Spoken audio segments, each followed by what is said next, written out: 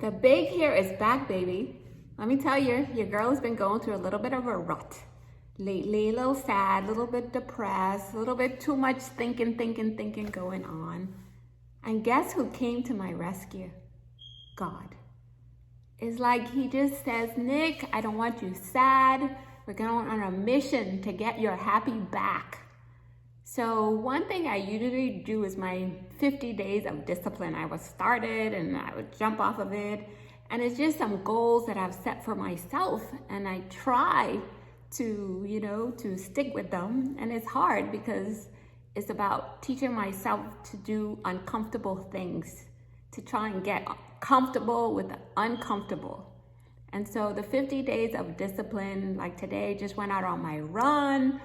And it was just such a good run from the Nike Running Club. And my pace had to just get faster and faster and faster and more uncomfortable and uncomfortable and uncomfortable.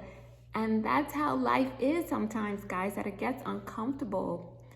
And that's where I've been. I've been in this very uncomfortable state. And God just saying, Nick, come on. This uncomfortable period is going to be comfortable because I'm here with you. And so he just comes, guys, and he comes and he shows me his sweet love. It's unbelievable. So the 50 days of discipline also includes some fasting.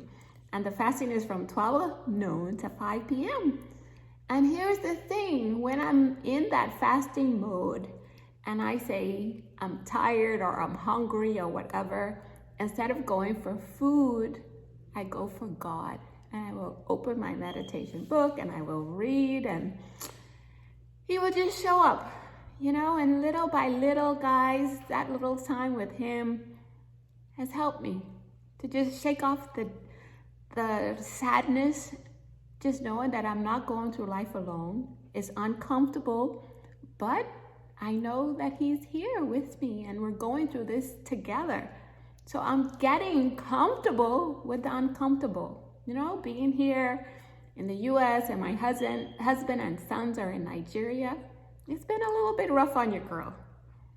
But God has shown up and he's saying, Nick, I'm here with you and the girls.